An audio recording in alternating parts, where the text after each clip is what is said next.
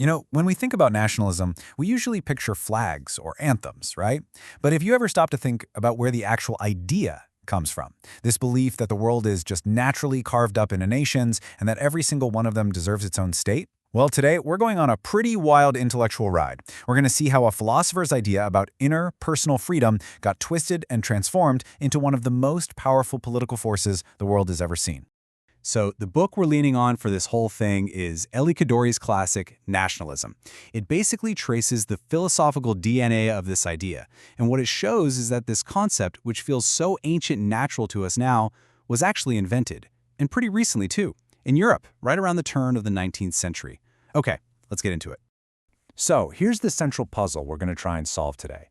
It just seems like a total contradiction, doesn't it? The freedom of one person versus the power of the entire group. But, as you're about to find out, the bizarre story of nationalism is really the story of how one of these ideas was warped into the other. To really get how revolutionary this idea of nationalism was, we have to take a step back. We need to look at the world it was born into. A world that was held together not by flags and nations, but by kings, crowns, and dynasties. I mean, look at this. This perfectly sums up the political earthquake that was the French Revolution. On the left, you've got the old world. Think of a king as kind of like the CEO of a country. Their job was to manage things for the good of their subjects. But the revolution just completely flipped the script. All of a sudden, power didn't come down from a king anymore. It came up from this new, super powerful thing called the nation. And this sentence right here, this one sentence from the Declaration of the Rights of Man, basically rewrote the entire source code of political power. Legitimacy didn't come from God or from tradition anymore. It came from the nation. And that was the game changer. That's what gave people the justification to say, hey, we're the source of power here, and we can change our government if we want to. But believe me, this wasn't just some abstract idea debated in coffee houses.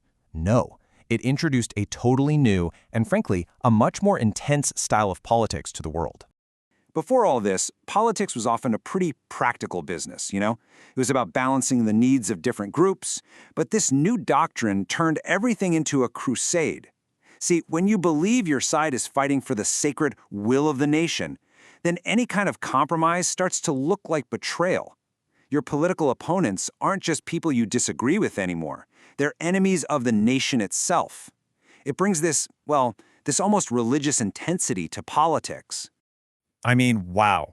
This quote from one of the main guys behind the French Revolution's reign of terror is really chilling. It just goes to show how total, how all-consuming, and how frankly terrifying this new devotion could become. This sacred love of the fatherland becomes the ultimate get-out-of-jail-free card, justifying sacrificing anything and anyone for the cause. Okay, so we've got this incredibly powerful, world-changing new political idea. But where did it come from? I mean, where did the intellectual justification come from? Well, the answer is the most surprising part of this whole story. And it doesn't start with a politician. It starts with a philosopher, sitting in his study, thinking about individual morality. Right, so that's the big question, isn't it? If the nation is suddenly the ultimate authority, what makes its will legitimate? What gives it the right to rule? To answer that, the thinkers of the time turned to one of the absolute giants of philosophy, Immanuel Kant. So Kant was obsessed with this idea of freedom. But for him, freedom wasn't about just doing whatever you feel like at any given moment. He thought that was just being a slave to your impulses. Now, for Kant, true freedom, he called it autonomy, was about using your own reason to figure out the right thing to do, to create your own moral law, and then freely choosing to follow it. It's all about self-mastery. And you've got to get this part. For Kant, what made something good wasn't the results of the action. It was all about the intention behind it. It was about the free, rational, goodwill of a person choosing to do the right thing simply because it is the right thing. That's it. And this right here is the absolute key to this whole story. Kant was talking about an individual's inner life. His whole idea of self-determination was a personal, ethical journey. It had absolutely nothing to do with the outside world of politics or governments or borders. He wasn't trying to invent nationalism. He was trying to figure out how a single person could be moral. So if Kant's big idea was all about an individual's private inner moral compass, how on earth did it end up becoming the blueprint for collective national power? This, my friends, is where the story takes a really dramatic and fateful turn. Yeah, that's the million-dollar question, isn't it? The answer is all about how the philosophers who came after Kant took his really profound idea and applied it to a problem he never ever meant for it to solve. Okay, stick with me here because this is a huge intellectual leap. A philosopher named Fichte looked at Kant's ideas and saw this gap between our minds and the real world out there. Fichte's solution was, well, it was radical. He basically said there is no gap. Instead, there's this giant universal consciousness that creates everything. So your mind, my mind, we're all just little pieces of this one big cosmic mind. And then, here's the final jump.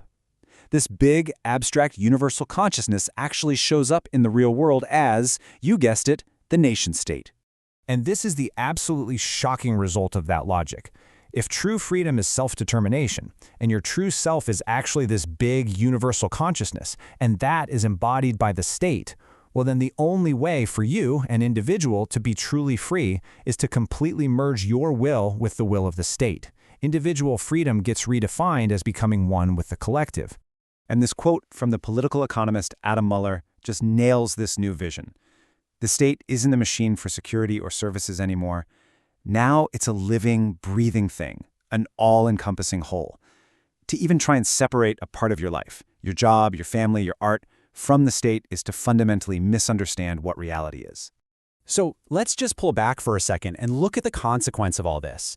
An idea that started as a way to think about inner moral freedom got hijacked, and it was turned into a political doctrine about collective power. And just look at how fast this all happened. It's breathtaking. In the span of just a couple of decades, political thinking in Europe went from the king as a kind of national manager to the nation being the source of all power, to Kant's deep idea about individual freedom, and then boom, the final twist. The nation-state becomes the ultimate expression of that freedom, demanding your total loyalty. This right here really is the heart of the whole story.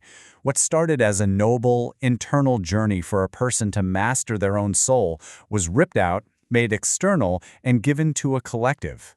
It was transformed into a nation's political hunger for power on the world stage, and it became a justification for almost anything done in its name. It is just a stunning example of how abstract philosophy can have very, very real and very powerful consequences. An idea that was born to set the individual mind free was ultimately used to create one of the most powerful collective forces in human history, redrawing maps and redefining who we are. And that kind of leaves us with the big question, doesn't it? What's the next chapter for this incredibly powerful idea?